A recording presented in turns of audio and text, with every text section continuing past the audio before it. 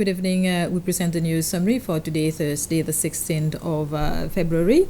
A facility for young offenders will become operational in a few months' time, and it will be manned by the prison service. The facility will be at Grand-Anse Praslin in the ex-Dove Center. Currently, young offenders are placed at the Montagne-Posay prison, but authorities say it is not ideal. The facility on Praslin will cater only for the adolescents who will be schooled and followed closely by the social services.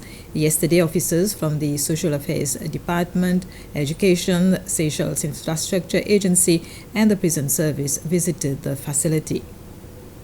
The trajectory shows the types of crimes happening in the society, that we will have more and more youth being sentenced, or the possibility of being sentenced. So I'm just here to make sure that we're on track, and I think we are, to start the works for the refurbishment in the next 6 weeks, and then take another 2 months to finish up everything and be ready. We will have a small team of staff who volunteered and they've been vetted to come and work here, and then they'll be going through their dry runs, emergency drills, health and safety inspections, fire service inspections, and any other stakeholder, ombudsman or magistrate or lawyer or whoever wants to come and visit the facility. But I want to have the facility ready to be operating May, June. Ready, and it'll be under the responsibility of Ms. Elsa Nois, who is the principal probation officer and also senior manager in our psychosocial rehabilitation department within the prison. So we're ready, we will be ready, and I'm confident that we'll be able to give a good service. The Retailers Association is asking the authorities to review conditions for wholesaler licenses. They want conditions that will stop wholesalers from selling their products to just anybody without a license. The association says this will allow the retailers to sell the products and at the same time stop illegal sale of alcohol to minors. These points were raised during a meeting held this morning at the ICCS. Some wholesalers present at the meeting said there needs to be compromises on both sides. Members of the Seychelles Interfaith Council, SIFCO, visited the Immaculate Conception Cathedral this morning. The visit is part of activities to celebrate Interfaith Harmony Week, which was during the first week of February. They previously made visits to the mosque in town, the Hindu temple, and the Brahma Kumaris Center at Hermitage. Members of SIFCO have discovered some lesser-known areas of the Immaculate Conception Cathedral. The visit brought them to the archives, where they discovered that the oldest document in the cathedral's archives is from 1793. They also visited the offices, gardens, residential areas, and main cathedral. The committee held a discussion on the differences and similarities between 4 branches of Christianity: Catholic, Anglican, and Pentecostal Evangelical.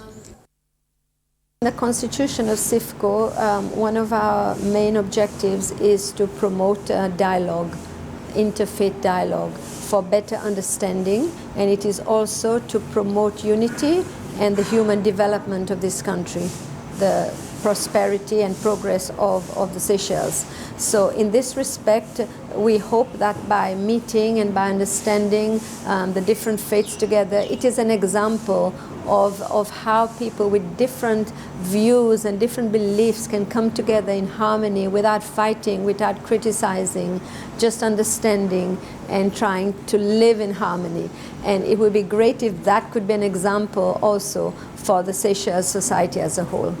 Mrs. Gendron says they plan to hold more visits and discussions to build further understanding and cooperation between the different religions in the country.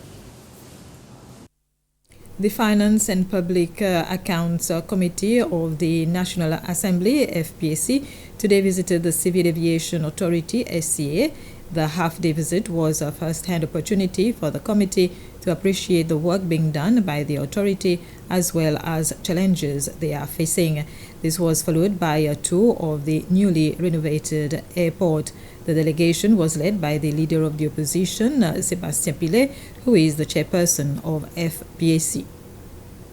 The Seychelles Civil Aviation Authority has been endowed with assets on behalf of the people of Seychelles, which it manages, which it has to generate an income, which it has to generate financial revenue out of it.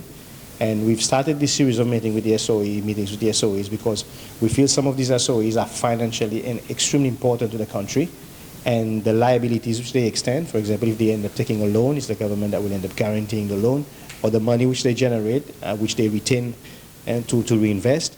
All of this prompted us to come to this meeting and discuss how SCA goes about its business, what are its plans from a financial perspective, and how it wants to ensure that whatever investments is economically viable, not only for SCA, but for the country.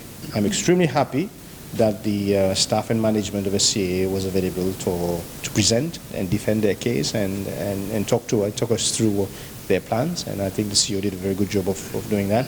However, I'm disappointed that none of the board members were present, and I hope that in the future we can have the board present so that they can give us what the corporate intent of the board is and how they relate to what the organization is saying. And the FPAC also had a meeting with the Seychelles Sports Authority to address different points and procedures in place in line with the extension and rehabilitation project of Port Victoria.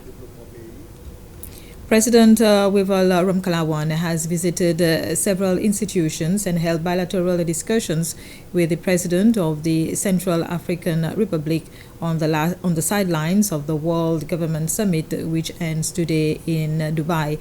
The President visited the Smart Police Station, which is the first integrated interactive self-service police station in the world, and the Museum of the Future, which is an exhibition space for innovative and futuristic ideologies, services and products.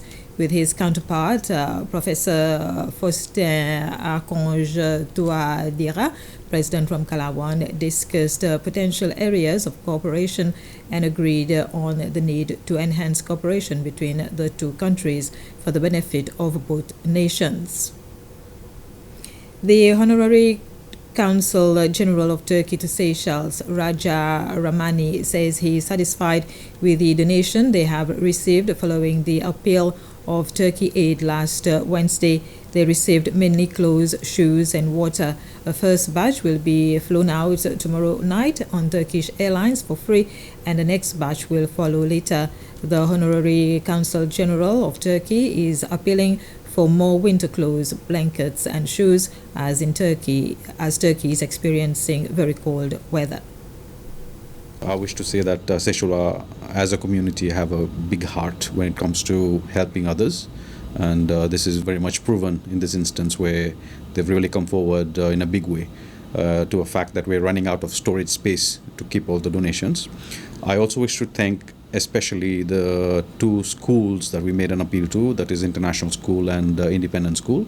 The children and the parents and the staff really went out of the way to make the necessary donations that we received last week and this week. If you wish to make a financial donation, you can also do that.